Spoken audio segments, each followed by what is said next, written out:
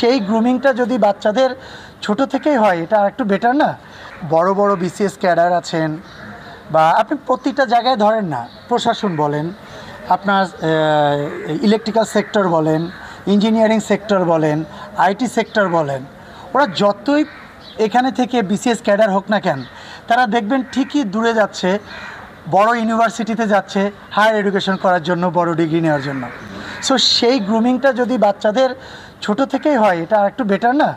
আপনি বিসিএস বলেন বা বড় বড় কোম্পানি, মাল্টিনেশনাল কোম্পানি যেগুলো আছে, আমরা গভর্নমেন্ট জব কয়জন পাই?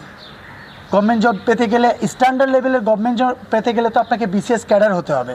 সে বিসিএস ক্যাডার ছাড়া বাকি যে পোস্টগুলো আছে, এগুলা যদি কেউ কাজ করে বা কেউ যদি এই জবগুলো করে, হয় তাকে ঘুষ দিতে হবে, নাহলে কারো মাথায় বাড়ি মারতে হবে, নাহলে চুরি করতে হবে, নাহলে তাহলে তো তার সংসার চালাইতে পারবে না।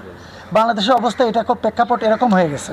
সেক্ষেত্রে আপনাকে মাল্টিনেশনাল কোম্পানিতে যাইতে হবে, প্রাইভেট জব করতে হবে, সেখানে যুগের সাথে তাল মিলিয়ে আপনাকে অবশ্যই বাইরের ক্লায়েন্টদের সাথে কথা বলতে হবে, বিদেশি ক্লায়েন্টদের সাথে কথা বলতে হবে।